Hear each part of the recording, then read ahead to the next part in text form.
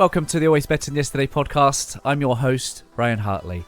This podcast exists to equip and inspire your heart-centered leadership. Every week, we bring interviews with some of the greatest heart sets and mindsets on the planet. I hope the heartprint of our time spent together is that it creates new possibilities for you and all those you come into contact with. If you'd like to explore what we could make possible for you, then head to abty.co.uk/connect and book in a free 30-minute call to begin our journey together. I just want to express a huge amount of gratitude to our sponsors, Exhale Coffee. I have been a big fan of Exhale Coffee since meeting Alex and the team back in 2022.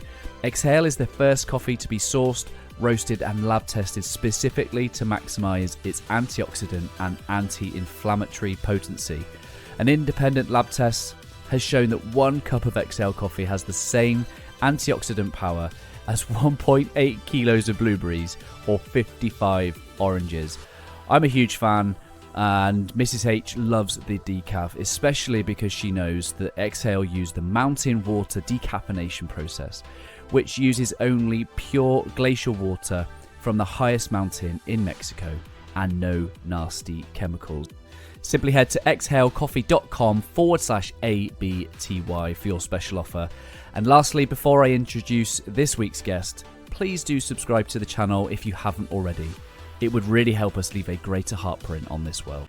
On episode 291, what a joy it is to welcome Jay Abbasi to the podcast. Jay is a speaker, coach, and he's a former Tesla leader, and he has a mission to help professionals boost performance without burning out. At Tesla, Jay rose to lead national training programs, overseeing the development of over 1,000 employees across North America. Today, he combines his corporate experience with his passion for mindfulness, resilience, and well-being to inspire and equip audiences to thrive under pressure. His message is simple. Success is not about avoiding challenges, but mastering them with balance and clarity. It's the first interview of 2025. May it encourage the heart-centered leadership within your spirit. Here we go. It's episode 291 with Jay Abbasi.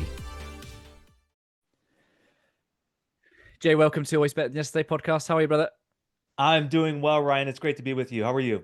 Very good. First interview of 2025. Let's see if I can remember how to do this.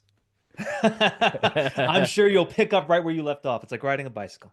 Yeah, 100%. We've just had a great chat off air about energy. Like I'm really getting back into the rhythm of good habits, good routines, just doing the wise things. I think I've got to an age now where I know the things that I shouldn't be doing. I know the impact that they have on me.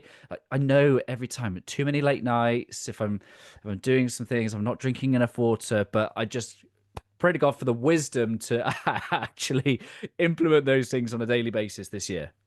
Yeah, well, I consider those the fundamental 6. There are 6 different areas of life, and you just covered a few of them. And they are eating well, drinking enough water, getting enough sleep is 3, 4, physical exercise, 5, self-care practices for one's mind and emotional state, and then 6 is positive consumption. That is taking in a wonderful podcast like this one to be able to feed your mind with good things. Do those 6 things every day, Ryan, and you will be at your best. And that's something I preach to every person I work with, my clients and so on. Love that. So what you're saying is anyone listening to this, if they're on the podcast, not the YouTube, if they listen to this in their ears, whilst they're out walking in nature, whilst drinking water, they're like 50% to just nailing life.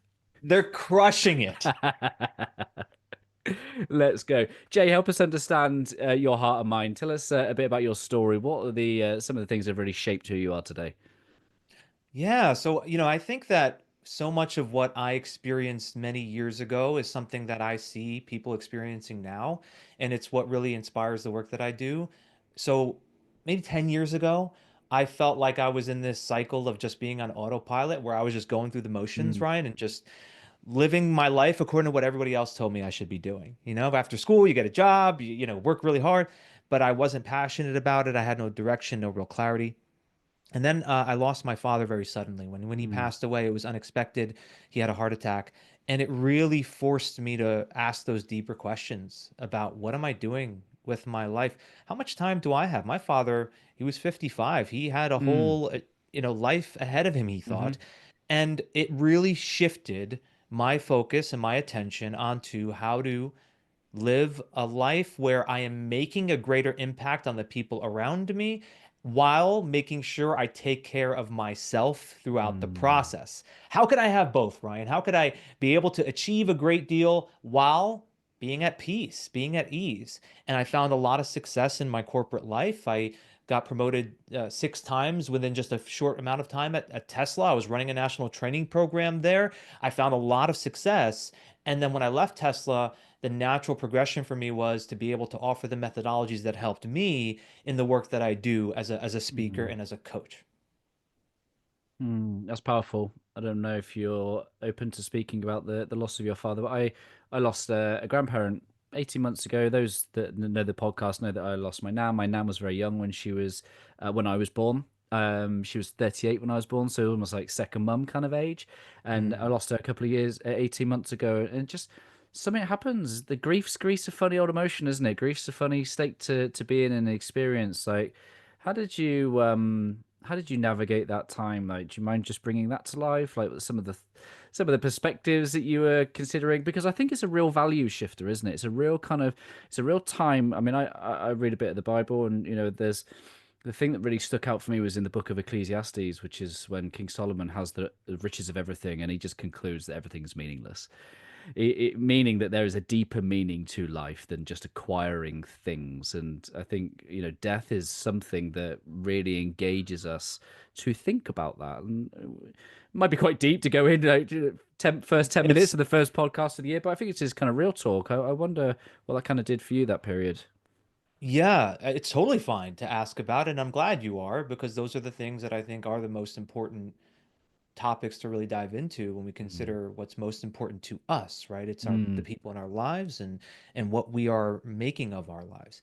And so for me, when this happened, it really did kind of feel like my whole world was shaken. Mm. You think you know what life's going to be the next day. You think there are certain knowns, but it really woke me up to the fact that there is so much uncertainty and everything is an unknown. Everything is. Sometimes when people tell me, I have fear of fear of the unknown. I go to them, I say, well, what is known? Define that for me, because I don't know anything that's known. I can't tell you for sure what's happening tomorrow, and I experienced it You've when I just lost my shattered their father. illusion of security. Right, right. If anything, right, the fears that we often have, Ryan, and this is something I've learned over the years, is we fear losing the known. We Mm. fear losing our comfort. And for me, I lost something that was my comfort, and that was my father. Yeah. And first, the thing that came to me was having to step up and be that force for my family of Mhm. stability. And that was something that I just had to figure out because when I saw my mother and I saw my sisters suffering, I Mm. just naturally reacted that way. And it just forced me to be that resilient figure for them. Mm. It doesn't mean that I was suppressing what I was going through. I just had to work through it on my own. And then I did dive into spirituality. I would be on lunch breaks. I would have a Bible with me. I'd have a Quran with me. I'd read about Eastern philosophy and Mm. I was obsessed, Ryan, Mm. obsessed, and in a healthy way. I don't Yeah. mean like an addiction. Yeah. Seeking. Seeking, yeah, that's the right word. And in my seeking, it brought me to two different things that have really created the change in me. One was some of those aspects of spirituality, Eastern philosophy specifically, that really Yeah. woke me up to some of the nature of what it takes to be a happy human being. Mm. And then the other was more on the personal development route and learning from great minds like Tony Robbins and Stephen Mhm. Covey and Napoleon Hill and so on. The list goes on and on and on. And pairing those two things, I think, is what really helped me to create the things that I apply in my life today. Mm. Yeah. What got you into coaching? So when I started at Tesla, I was in a kind of sales role, Yeah. but what I noticed was that there were things that I could pick up on quickly and simplify for other people. Mm. And I remember there was this one time I was asked to do a training and they were like, "Hey, can you just do a training on this?" And it felt so easy for me. It felt like it was such a natural thing for me, a strength of mine, and I just went into it. And it kind of woke me up to, "Oh, wait, here's something that I'm great at and here's something that I love doing. And if you can Yeah. pair those Yeah. things into solving a real problem that people have, then Yes. you found your zone of genius. And so I found that through experience. And then once it's like, it's like a combination lock, Ryan. It's like, Yeah. you hit the combination and it clicks, right? So that clicked for me. And the rest of my trajectory was all about coaching, training, and speaking, where that's what I've just hyper focused on since. Yeah, I love that. My career in the past was in the police, so I did 13 years local police service, and as an analyst in a variety of kind of organizational development, strategic analyst type roles. And throughout the leadership development journey, I got afforded to be trained as a coach. And like you, I had that kind of combination clicks moment. It's like, oh my God, I love this. And then it's like the more you do something you love, the more you go back to your like for what was my day job, and I was like, oh, it's not giving me this. It's like it's not giving me the full fulfillment. It's like, oh no, I've got to do something about this. Yeah. When you find that bit that you love, it's like, oh, you realize where actually you have a lived experience, an actual this gives me more energy than it takes. Yeah. And you feel a pull, right? It's like there's a Mm, pull towards it. And it's just a natural thing. I sometimes use the analogy of a flower. If you think about how a mm, flower grows, it grows and it has a unique quality to it from all the different components, the sun, the wind, and everything. mm, And it's just the way it is. That's the flower being the flower. It's sprouted to be as it is. And it's like as if you can be able to recognize through experience, oh, this is what how I'm here to serve. This is mm. how I've been able to accumulate my skill set and my natural ability to help others. And when you see that, it's like you just want to keep going in that direction and align all of your work, your purpose towards that vision. Mm. There's a news article going out at the moment, and it's labeled this. It's labeled 1 in 5 people at work are thriving, and they label the 4 out of 5 people as the working dead. It's almost like Oh, there's this zombie apocalypse of workers in the workplace who are not thriving, they're not happy, they're not fulfilled, they're burned out, stressed, overwhelmed, and tired. This is the sort of people you work with, right? So you're in high demand. There's 4 out of 5 people who need your services. But why do you think that is? Why do you think there's such a workplace environment culture that is just not in service of the 4 out of 5 of people? there are two main angles to look at this from. There is the individual, and then there is the leadership, which ultimately affects culture. Now, for Mm, the individual, if you don't know what is that click of the combination lock, like you and I talked about just there, mm, then you're not able to really take the ownership of your career. I like to mm, refer to it as being the CEO of your life. mm, This is something you have to learn within yourself. And I think too mm, often, Ryan, people are just in these go, go, go, next thing, next thing, next thing. And they've never paused to really ask themselves those questions. So for me, in the work that I do, I hope to evoke that from the people that I'm connecting with and I'm working mm, with, because I can't give that to them, Brian. I couldn't tell you, right, that what your flow state is and what you love to do. I couldn't tell that to you, mm, but I can ask some questions to evoke it from you. I can have you do some introspection to find out. So that's the first angle is for the 4 out of 5 people, oftentimes they just don't know, mm, or if they do have an inkling, there's too much fear, limiting belief that's stopping them from being able to take action mm, on what is their ultimate driving force. Now, the other side of it is the leadership component. So when we have cultures that are lacking psychological safety, then it creates the environment where people feel very threatened and they feel like they are not doing meaningful work. The very famous study from Google, Project Aristotle, found that the most high performing teams, the teams that were the most fulfilled and creative, all had a sense of psychological safety. So from that perspective, what I think needs to be adjusted so that we can move that from 4 out of 5 to hopefully mm, 1 out of 5 or less is for teams to really understand how to create or how to build leaders who know how to create psychologically safe environments for their mm, employees. mm. Yeah, if you look at your website, you've clearly worked with some of the largest organizations on the planet. What do you think they all have in common when it comes to approaching people? Oh, it's tough question because Mm, it's hard to say there is a lot in common. Hmm. I'd say for the organizations that are doing this well, Yep. then the one thing I see for them is that they make a concerted effort in building up their leaders and giving them the tools to be able to navigate coaching conversations, how Mm, to be responsive rather than reactive. mm, When they value the human being and well-being, then we see some positive results. And that's a common thread in the organizations that I've worked with where I saw that they are doing things right. There is also the common thread of when they're not doing things right. And mm, when they're not doing things right, it's they're focusing much more on bottom line, the profits, being able to ensure that they have a good perception in the eyes of the market instead of aligning all of their employees towards a shared vision. My time mm, at Tesla taught me that when you have people that are aligned towards a shared vision, something that we can all look at and say, we're after this and we believe in it and it's meaningful. We would do the impossible. We would do the things that people said it would take months to do. We'd figure it out in weeks.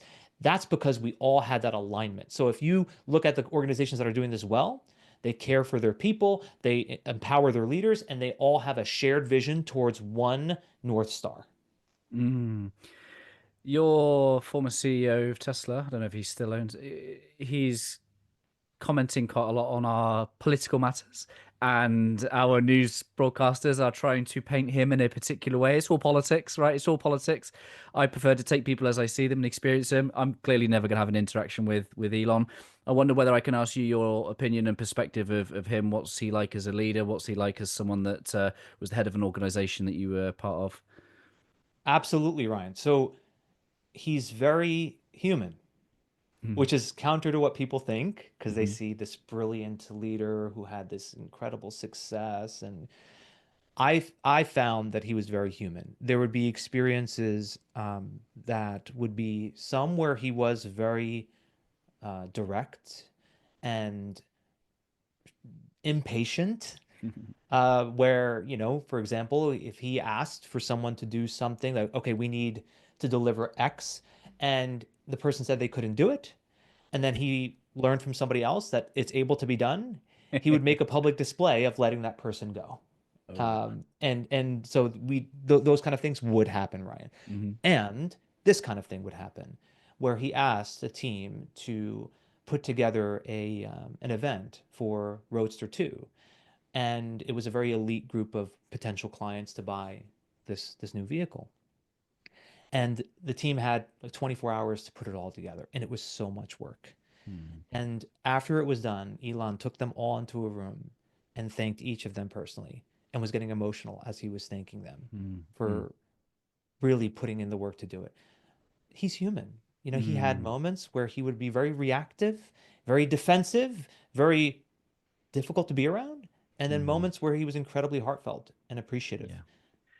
And that's the thing with this heart centered, we're talking about this on a heart centered leadership podcast. And I think that's the very essence of the message. It is about being human, and humans are inevitably flawed, right? We're not the fullest expression of divinity or 100% of the time. And it does mean, and I think this self awareness journey that we're on is probably the most powerful thing because the way I narrowed it down is probably very simplistically binary, but I think it's learning how to help with our strengths and not harm with our weaknesses. Find me a human being that doesn't have a weakness. I think they're two sides of the same coin. Strengths and weaknesses. I've often said my greatest strength is that I care. My greatest weakness is that I care. It's got me into some pain. And I think once we've, I think one of the words you've kind of almost said a couple of times, it's like integration. When I come to this journey and I integrate the fact that I have light and dark within me, then I become a wholehearted, heart centered, authentic expression of who I am, capable of being a very flawed human being. I think as long as I'm trying to minimize the time with which I'm harming from my weaknesses, to think that any human being out there will have no weakness, will have no shadow or dark side, is to not consider them human at all. Mm, yeah, the greatest superpower of ours can also be our greatest pitfall. And Yes. I agree with that. And what I find, or what you're pointing to, is a deep acceptance. of all that you are, a Mm. deep, unwavering acceptance. It doesn't mean resignation to any of the poor behavior that the so-called weaknesses could fuel. No, Yeah. we have to be mindful and self-aware so that we, as you said wonderfully, don't harm others. But that doesn't mean you suppress that or resist that or look at that and judge that and say that it's wrong. No, it's just what it is. It's Mm. just the nature of who you are. When I talk about acceptance with people, I sometimes use the analogy of the weather, right? It's like, if I were to go outside and it started to rain, and I looked up at the rain and I started screaming at it. And I said, "Stop raining right now, or else I'm going to lose my mind." People around my neighborhood would say, "Jay, you're crazy. Put him in a straitjacket. He needs to be in a hospital." Mm. Instead, what we do is, hey, it's raining. Hey, this is what it is. I'm going to put an umbrella over my head so that I don't get wet. In the same way, when you have those patterns coming up in you that are your perceived weaknesses, or you feel like you're being judgmental, or you feel like you're acting, it's, hey, this is what's happening. I accept it as it is. I don't fight with it. I allow it to be there. And then I do my best to take right action. Mm. Mm. Yeah, because that same person shouting at the weather is the same person shouting over a scoreboard, performance scorecard, metrics, quarter results. They're not as either. I don't have the results I would like, therefore I'm going to cause suffering to myself and those around me. Yeah, it's control, and we Mm. we are in the similar what we were talking about before about leaning into the uncertainty. If we're trying to control everything, and I mean from the subtle, like my own thoughts and my own feelings, to the external, the results, I am putting myself in a state of resistance. I am putting Mm. myself in a state of chronic stress, anxiety, and depression. And letting go of control does not mean I don't take action. It is to suggest that there are numerous factors that are outside of my control. I have learned how to let those go.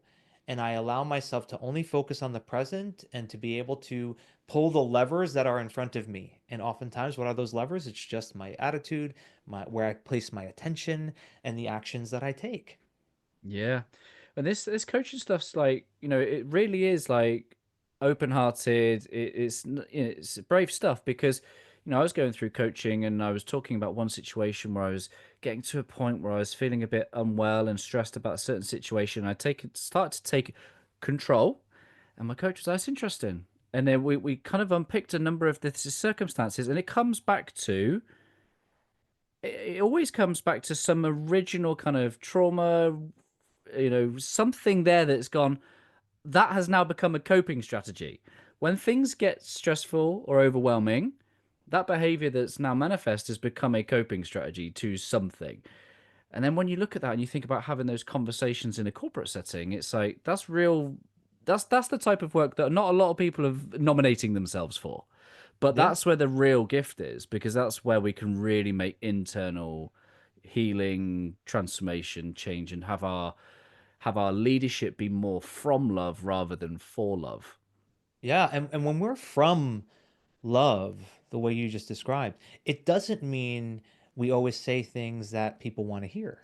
Yeah, you're It right. doesn't mean, right, Right.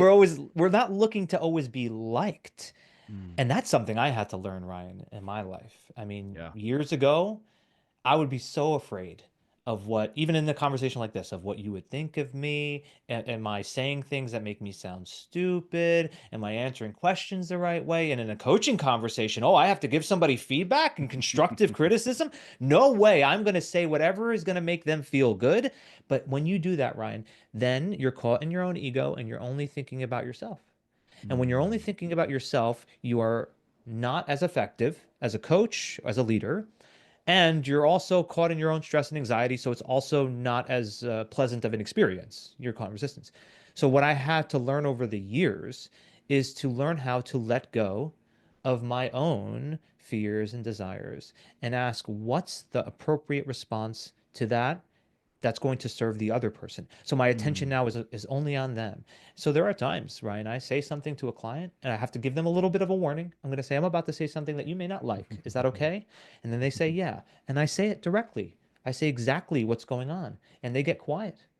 and they have to feel that. And they say, Mm. you know what, Jay, no one's ever really told me that, but you're right. That is my issue. Whatever it's, they're playing the victim or they're trying to control everything or they're being too judgmental or they think everybody else is the problem. And I called them out and I said, no, you are in this scenario. How you're handling it is the problem. No one calls them out on it. And I think that heart-centered leadership means that at times you will give that person that message and it's a gift, but it's not Yes. always the thing they want to hear, but it's something they need to hear. Love tough. People call it tough love, but if you put love at the front of it, you could do the tough stuff. Yeah, I Yeah. love that. So it's if you've got some of your mama's apple pie all down your face, right, and you're on this podcast with me, is it love for me to let you carry on and not tell you that you've got apple pie all over your face? I don't really have apple pie on my face, do No, you? you don't really. You don't really. Yeah. But mate, that's one of those things. It's uncomfortable for me, right? But if I really want to Yeah. honor you and serve you, I have to do the uncomfortable thing. Yeah. Yeah. And it requires learning how to navigate your own inner fears. Mm, And what I work with people on, especially leaders, is to become hyper aware of what that experience is like in your physical body. So when mm, you're feeling that resistance of, okay, here's something, for example, I want to give this person feedback, but I feel the fear coming up, really notice where that is. Really observe it in the chest, the sternum, the throat, wherever it is, and mm. become so familiar with it that it doesn't surprise you and it doesn't then force you to act in a way that you wish or you later regret having acted. So Mm. you become very familiar with it, but then the important part of it, Ryan, is to then approach it with a great deal of compassion. Yeah, It, yeah, it is to approach whatever comes up with kindness and to treat yourself like how you would treat the people you love most in this world. yeah, yeah, yeah. And you know the thing that's been really revealed to me over the Christmas period is that more so than ever is that it's not a one and done thing. You don't get to this state of I've unlocked it now. I'm able to be consciously compassionate with every thought and every action, because I went to the gym and the seat that I was on kind of like it slipped a bolt and I kind of jolted down and I squashed my finger under a dumbbell, like a heavy one, and Ouch. it wasn't very nice. And I don't know if you hurt a finger recently, but you can feel it in every kind of thing. It's one of those annoying. It's disproportionately painful in your fingers and your toes. I don't know why that is, but my finger's been hurting for a week, and my ability to be consciously present with people has been severely reduced, all because I've got a bit of pain in my finger. And I think sometimes like, wow, right, some of these things really need conscious discipline, devotion, practice, intention. Because if a thing like hurting your finger or not having enough sleep or not having enough water, dare say you've got children that have been getting up in the night or you got other issues and worries, there are some things that can take us out of that state. How would you coach someone around finding that optimal state and being in that state more frequent, shall we say? I think it all starts with the fundamental six that we talked Yeah. about earlier and making sure that they have that consistently. In addition to the fundamental six, I am a huge advocate for having a practice, a formal practice, to be Mm, able to center one's mind mm, and in the form of a meditation, yoga, mindfulness, and my approach is often to offer Zen meditation practices, mm, whereby one sits comfortably, observes their breathing. This doesn't need to have headphones and guided music and all of that. While that is very nice, I mhm, find that the simpler, more direct practices produce the kind of results that will allow for people to not fall into those patterns that you were referring to. And so it is to observe one's breath, count the end of every exhale for a certain number of minutes. If it's someone mm, that's new to them, I would say start with 2 minutes and have that formal practice. That would be mm, one of the things that I think always makes that difference. And you can pair that with visualizing the kind of experiences you wish to have that day. Because, like you said, Ryan, if I have my day starting mm, off where, I something happens, like you said, you hurt your finger, whatever it is, mhm, and now I'm in this mode and I don't pause to really shift my intention, it's going to spiral. But if you have a practice that then allows for you to create that mental shift where you then mentally go through the process of here's my intention for today. Mm. Here's how I wish to show up today. And you can see it and you can feel it and you can really get in your body into the state of what you will be experiencing. Then, when you're in those Mm. moments with other people, your brain has been primed to be able to be a better listener, to be more empathetic, more compassionate, and so on. Some might say you're actually creating who you want to be. You're in the active creation of that person. Absolutely. The brain is amazing what we can do with it. We Mm. know through neuroplasticity that the brain is not fixed. The brain can be adjusted. New Mm. neural networks are being created all the time. What we have as a superpower as human beings is we can be intentional about the neural networks that we wish to create. We can Mm. choose. And if you choose to be a person who's more compassionate, who is kinder, or a person Mm. who's more productive, whatever it is that you're after, that choice that you make when you pair that with that visualization practice and pairing it with positive emotion will then create the experience. Mm. Yeah, one of the things that I'm journeying with really is getting back to a physical doing of this process. What I mean by that is I've been so used to writing notes on my phone, some reflections and some of these points, but I'm at a point now where I'm going back to the old school pen and paper, like writing stuff down and and that's just been it's such a simple thing, but like I just lost that art over the last 4, 5, 6 years of just journeying with an iPhone. And and even just sometimes having a simple prompt. So this is one I've got right in front of me all the time. It just says simply, can you see that the right way around or Yeah. is that Yeah. backwards? I could see it.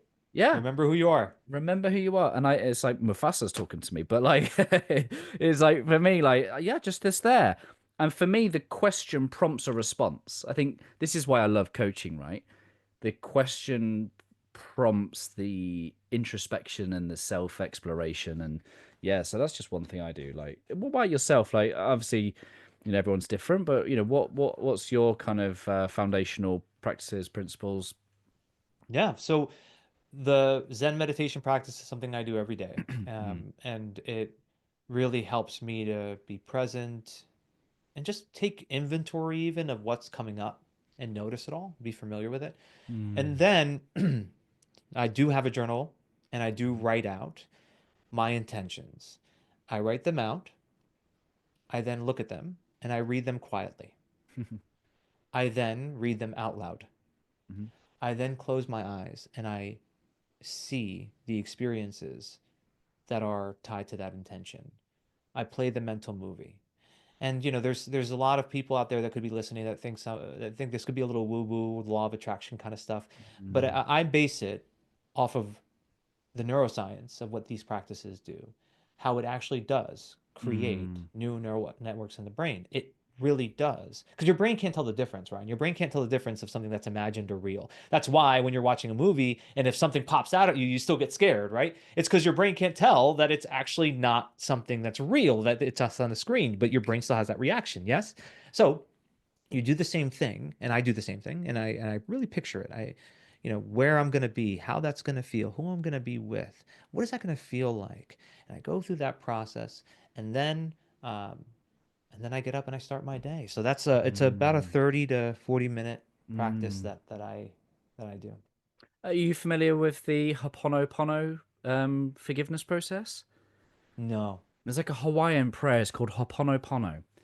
Um, I don't know if I've said that right, but effectively it's a four-stage process to forgiveness, which is all about this understanding of an energetically healing and untying ourselves from maybe something that's happened in the past that has had a bit of an emotional impact on us. And I was going through this process, and the four-part process is it's like it's like I'm sorry, please forgive me, uh, thank you, I love you. And it's almost like being able to speak those four sentences over whatever event in the past has hurt us or other people. I was like, right, okay, I'm committed to doing this work. I'll give it a go. And I've been doing it for a few months, just like, okay, tick, tick, tick, tick, tick, right? Yeah. Done the process. Is it working yet? Have I got my energy back? And then Right. one day I actually sat down and spoke it out loud, like literally spoke it. It was surreal. I engaged in a whole different level of practice where, that Eastern philosophy, or even as Jesus would talk about, like, we are the body, we are one. Oh, I felt it. it was a very overwhelming experience that almost that there's only one of us in the room, that the event that I was giving forgiveness was for both of us, and it was almost like I sat down and we were both set free come the end of it. Mm. The power of speaking it out loud, like these rituals, intentions, and getting in and doing the work. Man, I don't know the science behind it, but stuff moves far beyond our mental comprehension.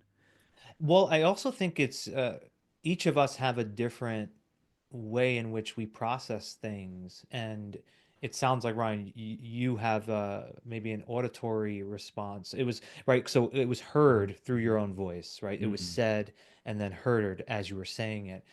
And for others, it may be just the writing process evokes that in Yeah, them. yeah, yeah, yeah. For others, it has to be much more kinesthetic and they have to really feel it.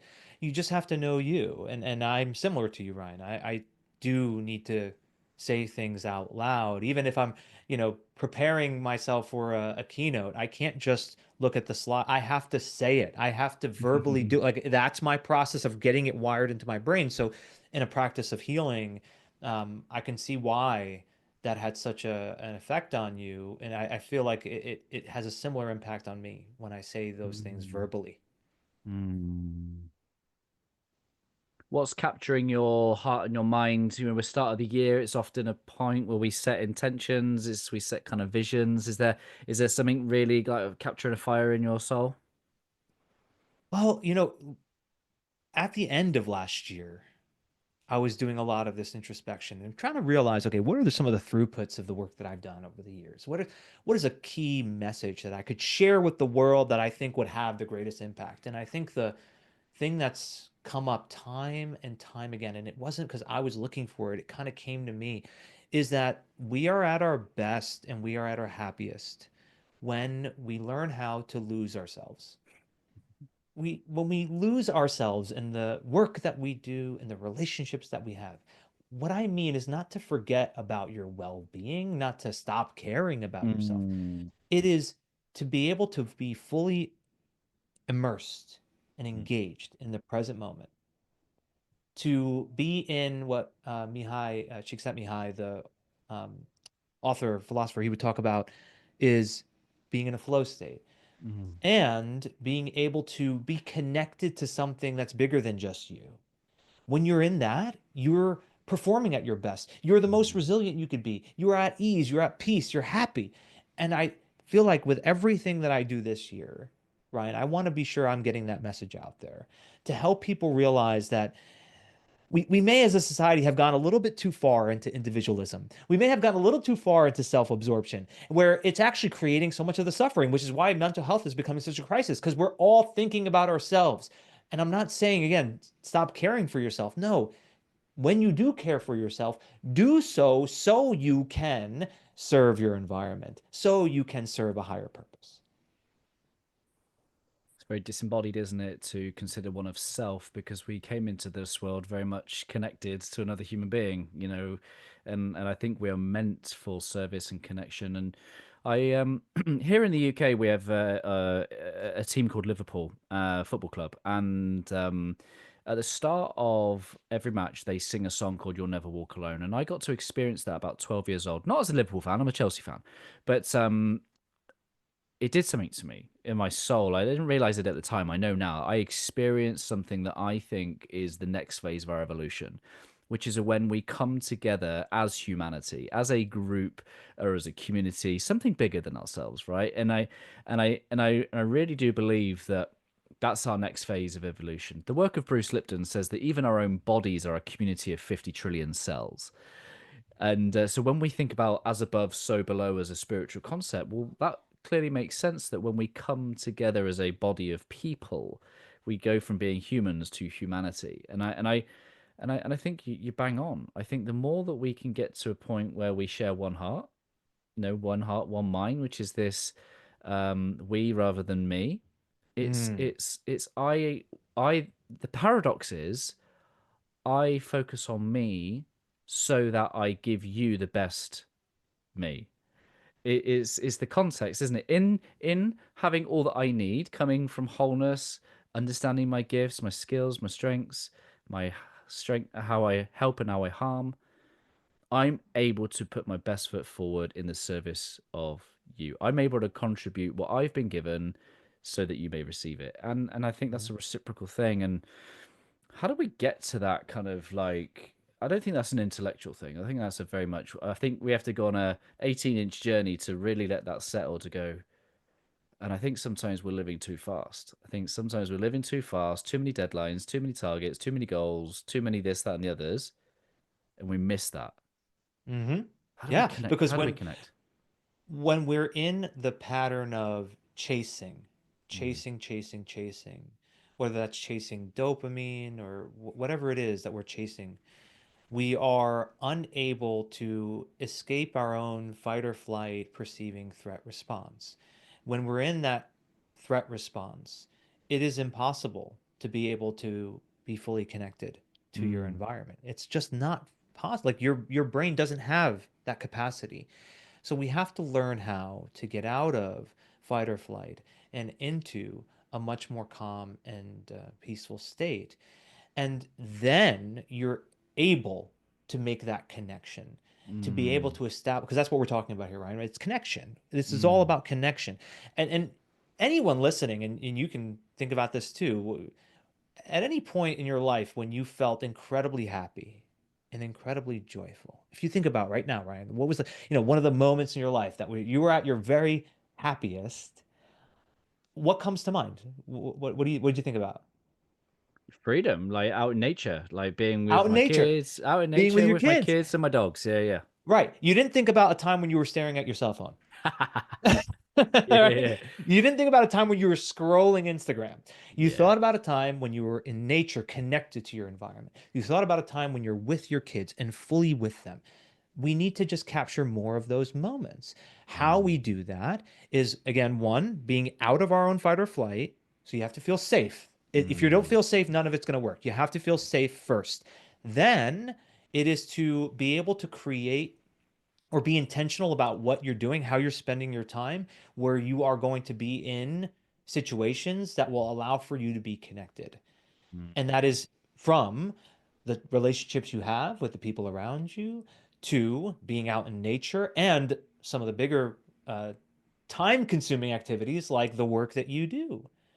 Because when you're connected to purpose in your work, you're going to also have much better experiences at work. There was a study, it was the University of Michigan, 2019, just recent, where they found that people who were connected to purpose had, it was a 25% increase in job satisfaction, a mm. 64% increase in engagement, and a 32% increase in productivity versus those who didn't feel connected to purpose. So not only are you going to be more satisfied, you're also going to be a more productive human being. Just makes sense, doesn't it? It just makes sense, and yet we get such a intellectually built system without the heart, and I think that's why we're. So you and I have a friend in common in Jonathan Fisher, the author of Just One Heart, and he put a post out recently that talked about breaking hearts at work, which is this idea that work is killing our hearts. It's not making space for our fullest authenticity, our passion, our love. Like it's not making space for that. And it's our, much of the police work was about leave half of me at home. Just come and perform, do the role, leave your personal life, leave your. And I'm not asking for therapy at work. I'm just asking to be human, you know. And Yeah. I think there's so many organizations that think about work is work, and it yeah. How do you? Yeah. No one leaves life to go to work. No one leaves Mm, work to go to life. This concept of work-life balance is one I've challenged for years because mm, although it's a common term I will use because it's very well known, if we were to really break it down, I think a better term is work-life harmony or work-life integration. And you used that word integration earlier, where we have to look at every human being as a full human being and to not assume that we can compartmentalize everything into when I'm at work, I just put this hat on, and then when I go home, I put this other hat on, and it mm, doesn't bleed into my home life. That's just not how we're wired. Let's instead look at every person as a full human and approach them in a way that will allow for them to be taken care of and be able to produce. Because the reality is, Ryan, like people don't want to show up to work and not work. Mm. Most people want to do a good job. And we just have to set them up to be able to have the ability to perform at a high level. Amen to that. Let's set our listeners some homework, shall we? This I've never done this before. Let's set our listeners some homework. First episode of the year. Thank you for being here and listening and watching. Let's use that phrase work-life harmony. Jay, what's the number one prompt that you can give our listeners and watchers to really contemplate how they might have an experience of work-life harmony in 2025? How do you want to feel every day? Know what that is. Just know. And you said the heart, and that's maybe what evoked this question in me that I would ask anybody who wants to think about, hey, I want work-life integration. I don't want to feel like I'm at work and I'm sure. How do you want to feel? Know how you want to feel and then design your days, set your intentions and how you engage other people all around what you want to be feeling every day. I love that. One of the things coming the end of my police time is we'd have annual PDRs, personal development reviews every year, right? And often the question was, where do you see yourself in 5 years' time? And the policing environment was just so chaotic that you never knew what was happening in 6 months, let alone the next 5 years. So my archetype is a bit of the rebel. So I was a bit like, well, I'm not going to answer that question. I'm going to answer my own question, which was, who do I want to be in 5 years' time? And I found so much more comfort in being able to clearly articulate who I wanted to be in 5 years' time. Because I wanted to be someone that was loving my work. I wanted to be someone that was present at home with my kids. I wanted to be someone that was pushing for the next level of, whatever it was that I was, fascinated by. And I found so much more peace with that prompt of a question. Who did I want to be rather than where did I want to be? I think the universe is going to take care of where I am, but like, who do I want to be? That's very much for me to create. What do you think about that? I think it points to the truth of what it is that we really care about, and that is our experience. Mm. So who I want to be is more around what you will be experiencing versus the results that you're going to get. So in other words, no one experiences the result. Like, you want to say, I want to make $1 million. Well, you don't really experience the $1 million. You experience what the $1 million gives you, as well as who you had to be in order to earn the $1 million. Right. So Yeah. I love that question. And I often do ask that question directly of what, not in addition to how do you want to feel, but what do you want to experience? Yeah. What will your experience consist of? When you wake up in the morning to when you go to bed at night, what is that experience like? And who you are is a big part of it. Love that. Where can people connect with you? Where can they find out more about your work? So my website, jayabbasi.me, is one place where they could find me, as well as LinkedIn, where I'm very active. That's the Mhm. platform that I'm often posting on. So a follow or a connection request is always a good way to find me. Yeah, I love that. I have a word here at Always Better Than Yesterday. It's called heartprint, and the word really symbolizes the ripple effect that we have in other people's lives. You're a coach, which means you are having these conversations all the time. The possibilities that you're creating are you'll probably never realize in this lifetime. And I guess one of the hopes that I have for you, because you're doing the heart work, brother, is that every now and again you get a wave that comes back to you, it comes back to you that shows you the impact that you've had. Only yesterday I got a message from someone who I met coached 5 years ago, and it was just overwhelming just to go, wow, like that conversation was 5 years ago. So from my heart to yours, I hope that you get plenty of those ripples coming back your way to let you know what a difference you're making. But yeah, what do you hope your heartprint will be, Jay? Oh, it was very kind of you to say, and I received that completely. I hope that my heartprint will be in helping others to relieve their own suffering as well as the suffering of others. What a gift. What a gift. Jay, thank you so much for joining. Thank you for being my first guest of the year. Would just be honored if you'd leave us a final thought from your good self. Well, thank you, Ryan. This was wonderful conversation. I'd say the final thought for everyone would be In order for us as a society and all of us to be able to really improve the way in which we show up at work and the way we show up at home is really learning how to be able to connect to something bigger than our own fears and desires. When we can tap into that connection, we are more joyful, but more importantly, even than that of our own individual joy, we're able to make a vast improvement on our environment and the people around us. And one thing, Ryan, I know for sure, because I ask people this question, I say, what is the impact that you want to have in your life? Almost everybody says, I want to help others. And each of us have that power within us.